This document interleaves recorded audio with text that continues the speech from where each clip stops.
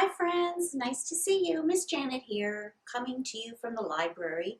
I'm sorry that you can't be here to join me for story time, but I'm so thankful that you can join me virtually, and I'm going to read some stories. We'll do some songs, so I hope that you'll sit back and listen to the stories and that you'll sing along when I do a song. So first of all, the first thing I'm going to do is up, down, turn around. So we're going to do it 2 times. So if you're not quite sure of it, then you can join me the second time. So it just goes up and down. Turn around, touch the sky, and I want you to stretch and touch the ground. Wiggle your fingers and wiggle your toes. Wiggle your shoulders and say hello. Hello. Okay, let's do it one more time. Up, down, turn around, touch the sky. Make sure you stretch, and touch the ground. Lean over and touch the ground. Wiggle your fingers and wiggle your toes. Wiggle your shoulders and say hello. Hello, everyone. And we're all here for story time. So I don't think we'll touch our faces, but make sure your hands are nice and clean before you're touching yourself. Okay, because we're going to touch our ears and we're going to touch our mouth. Yes, we are. Okay. We're all here for story time, story time, story time. We're all here for story time. Let's get ready. Okay, now we're going to turn our ears up high so we're listening. Can you turn your ears up high, ears up high, ears up high? Can you turn your ears up high so you can hear? And now we're going to grab onto our mouth and we're going to turn our mouth down low so we can be quiet and hear. Can you turn your mouth down low, mouth down low, mouth down low? Can you turn your mouth down low? Now let's read. And now we're all set for a story. Yay! Okay, let's read Sleep Train. I know lots of you like trains, so let's see what happens with Sleep Train. Sleep Train, jiggling down the track, 10 sleepy cars going clickety-clack, with an engine in front and a caboose in back. Sleep Train chugging down that line, 10 sleepy cars, and one of them is mine. There we have our big, long sleep train. There's a tender, that makes 1, and a boxcar, that makes 2. There's a tank car, 3, and a cattle car, 2. Listen to the cows going moo, moo. Listen to the whistle going choo, choo. There's a hopper and a gondola, the prettiest blue. There's a flatbed car, that makes 7, and a coach with seats. And there's a dining car where everybody eats. Now so far that makes 9. 9 sleepy cars rocking down that line. Sleep Train jiggling down that track, but there are 10 sleepy cars going clickety-clack, followed by the caboose, a moonlit red. So there it is, all the way back there. And I'm in the sleeping car, all cozy in bed. The sleeping car, that makes 10. I count the 10 sleeping cars. Yawn. Again and again. I count the 10 sleepy cars instead of counting sheep, and I'll count those cars until I go to sleep. Tender 1, boxcar 2, tank car 3, cattle car 4, hopper 5, gondola 6, flatbed car 7, coach 8, dining car 9, and the sleeping car 10. I count the 10 sleepy cars, yawn again and again. Like a lullaby heard in a dream, soft as a pillow in a moonbeam. I count the sleepy cars, slower and slower. I count those cars till my eyelids lower. Sleep trains snoring down that track. 10 sleepy cars going clickety-clack. All right, are you all asleep? I hope not. I have another story to read, and this one's called Roly Poly. Let's see what happens to Roly Poly. Once upon a time, way up near the top of the world, there lived a polar bear named Roly Poly. He had a father and a mother, but no sister and no brother. The bed he slept in was his bed and his alone. That looks like a pretty cool bedroom. The fish he caught were his fish and his alone.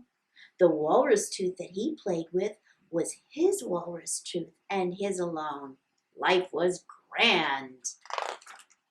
Then one morning, Roly Poly found a perfect stranger sharing his very own bed. "Who is that?" he asked. "A little brother," said his father. "His name is Monty." "Ooh, now he has a brother." "A little brother," said Roly Poly. "But I never asked for a brother, and I don't want one now." "I know," said his mother, "but we think that you will adore him." Roly Poly put his nose in the air and he pretended not to hear.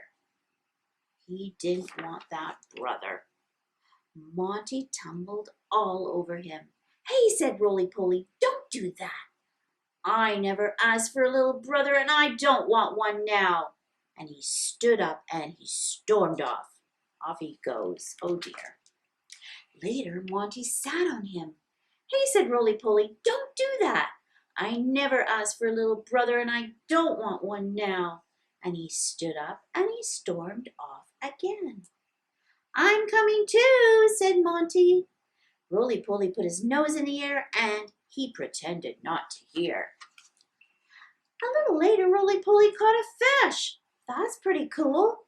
He was just about to eat that fish when Monty grabbed it from him. Uh-oh. "Hey," said Roly Poly, "don't do that. I never asked for a little brother, and I certainly don't want one now."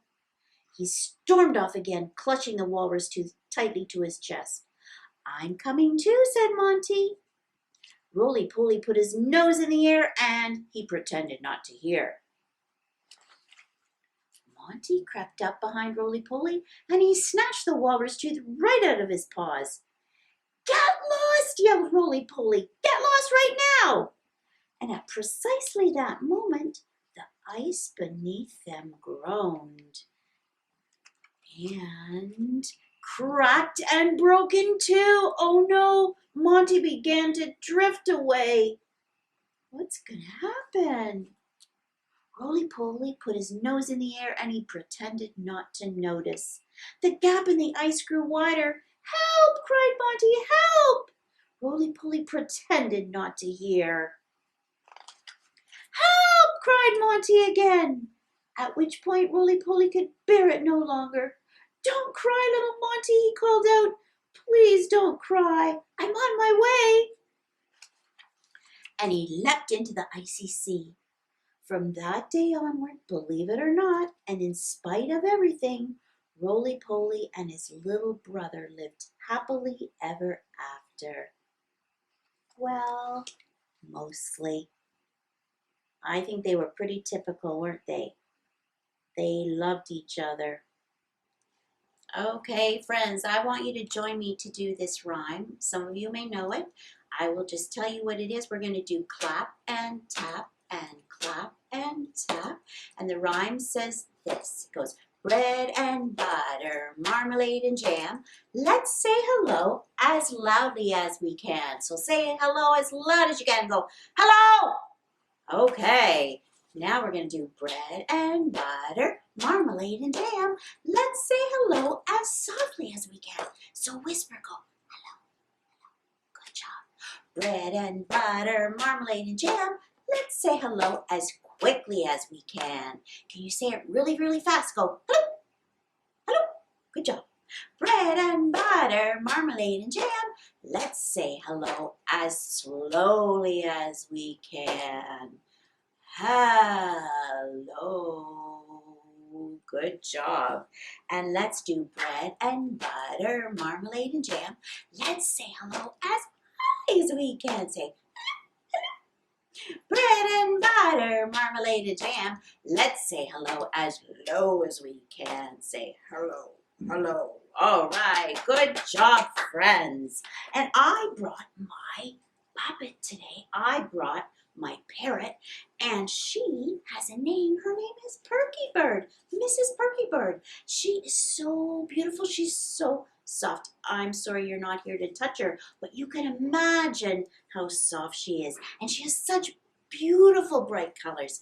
All of her red and her blue, and I know you know this is yellow. She is just beautiful. And she's saying good morning or good afternoon, but hello to all you friends. Hello, Mrs. Perky Bird. And there's a song we can sing. It says, hello, or let me think. It goes, good morning, Mrs. Perky Bird, Perky Bird, Perky Bird. Good morning, Mrs. Perky Bird. Where are you? I'm flying up in the air, in the air, in the air. Flying up in the air and down to the ground. So you know what I want you to do, friends? You pretend that you have a bird sitting on your arm, just like Miss Janet does. And we'll sing good morning, okay? Or we'll say, hello, Mrs. Perky Bird. Hello, Mrs. Perky Bird, Perky Bird, Perky Bird. Hello, Mrs. Perky Bird, where are you? I'm flying up in the air, in the air, in the air. I'm flying up in the air and down to the ground. And Mrs. Perky wants to say, thanks for joining Storytime today. I hope you have an awesome rest of your day, and we'll see you back here soon. Take care. Bye for now.